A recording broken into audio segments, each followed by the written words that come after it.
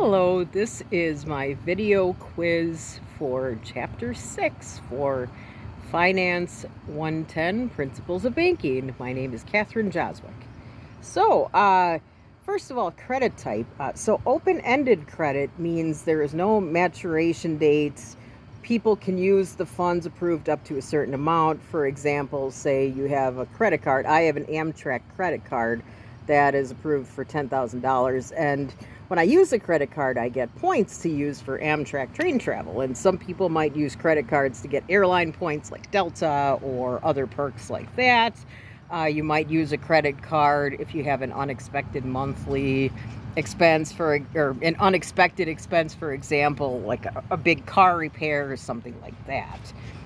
With a closed-end credit line or credit type, basically you have a loan and it reaches a certain maturation date and it's approved for a certain amount. So for example, my husband and I took out a mortgage in 2016 to buy our first home, or our current home, I should say, since we haven't bought a home since. So I believe our loan was something like $112,000 at the time. It's a 30-year mortgage with, I think, a 4.05 interest rate. So a closed-end mortgage or closed-end loan has a maturation time, generally a set amount, a set dollar amount, set interest rate. So for businesses, business loans are different from consumer loans because they're generally way more complex and the amount is generally much larger. A business might take out loans for capital purposes, renovation purposes, to purchase inventory, to remodel, etc., etc. For these loans, documentation is required, a lot of documentation such as tax returns, financial statements like profit and loss statements, balance sheets, collateral info, tax returns, I think I mentioned that before,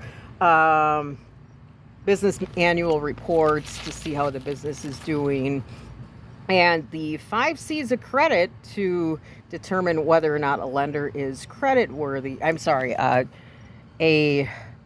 A borrower would be credit worthy. A business borrower would be character, capacity, capital, collateral, and conditions. And depending on the business, I would say all are important. Character is pretty important because it determines the borrower's credit worthiness. How are they at managing debts? How are they at making bill payments on time, etc.? Capacity, do they have the financial ability to pay back the loan? How is their business doing? Capital as well, what sort of assets do they hold? Collateral, what do they have to secure the loan in case they were to default on the loan? Do they have a business that they own? Do they have equipment? Do they have another piece of real estate, etc.? And conditions would refer to economic conditions, like how is the market doing? If their business is a business that is very susceptible to an economic recession, and we're in an economic recession and it's doing poorly, does the bank want to take a chance and loan the money out? So there you go. Okay, so the Dodd-Frank Act. The Dodd-Frank Act enacted many government reforms overseeing consumer financial products, and a lot of these regulations went into place to basically protect consumers from predatory lending practices, such as like mortgage lending, which is one of the factors that led to the economic crisis in 2008 with the housing bubble bursting and everything. So the Consumer Financial Protection Bureau, or CFPB, it governs consumer financial products and services. The Dodd-Frank Act was enacted in 2010. The act has issued regulations regarding like mortgage lending policies.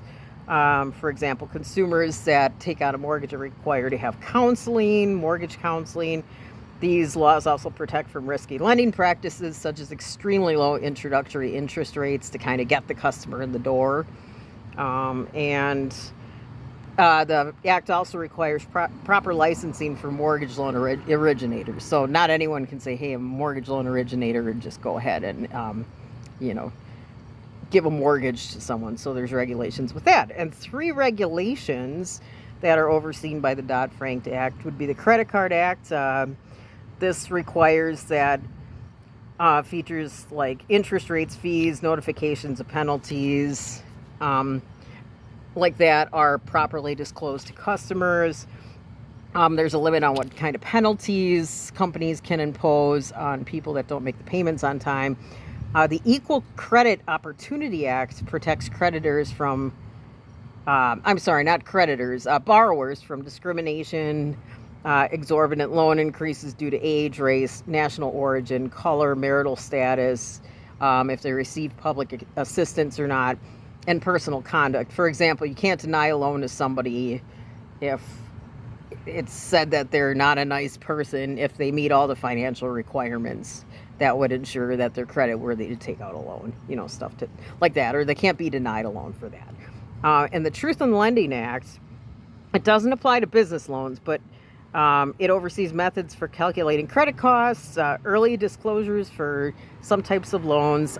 These disclosures must be received by the borrower within 3 days, such as APR, finance charges, payments, the amount financed, etc. So there you go. That is my video quiz, Chapter 6. I hope you have a great day. Thank you so much. Bye.